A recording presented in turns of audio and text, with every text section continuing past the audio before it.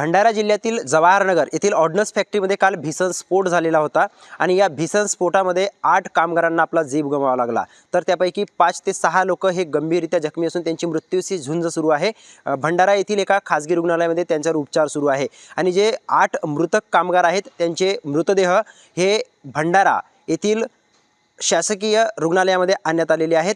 मी सध्या त्याच शासकीय रुग्णालय परिसरामध्ये आपण बघू शकता याच ठिकाणी ते मृतदेह ठेवण्यात आलेले आहेत। 8 मृतदेहांपैकी एक मृतदेह हा त्यांच्या कुटुंबियांना सुपूर्द करण्यात आला आहे। मात्र उर्वरित जे 7 मृतदेह आहेत त्याच्यापैकी काहीचे शवविच्छेदन बाकी आहे आणि शवविच्छेदन झाल्यानंतरच हे मृतदेह कुटुंबियांना सुपूर्द करण्यात येणार आहेत।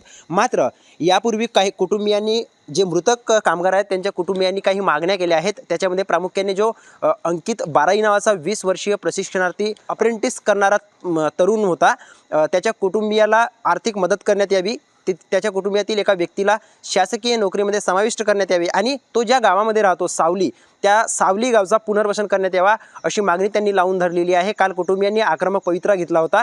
जोपर्यंत प्रशासनाच्या वतीने ह्या मागण्या पूर्ण करण्यात येणार नाही तोपर्यंत अंकितचा मृतदेह इथून घरी घेऊन जाणार नाही, किंबहुना अंत्यसंस्कार त्याच्यावर करणार नाही अशी आक्रमक भूमिका अंकितच्या कुटुंबियांनी घेतलेली होती। आज आता प्रशासनाला मृतकांचे जे कुटुंबीय आहेत त्यांना त्यांची मनधरणी करण्यामध्ये यश येणार आहे का, की जे मृतकांचे कुटुंबीय आहेत ते मृतदेह कधीपर्यंत घरी घेऊन जातील, त्यांच्या मागण्या पूर्ण होतील की नाही हे पाहणं आज महत्त्वाचं ठरणार आहे। देवेंद्र हांगडारे, एबीपी माझा, भंडारा। एबीपी माझा, उघडा डोळे बघा नीट।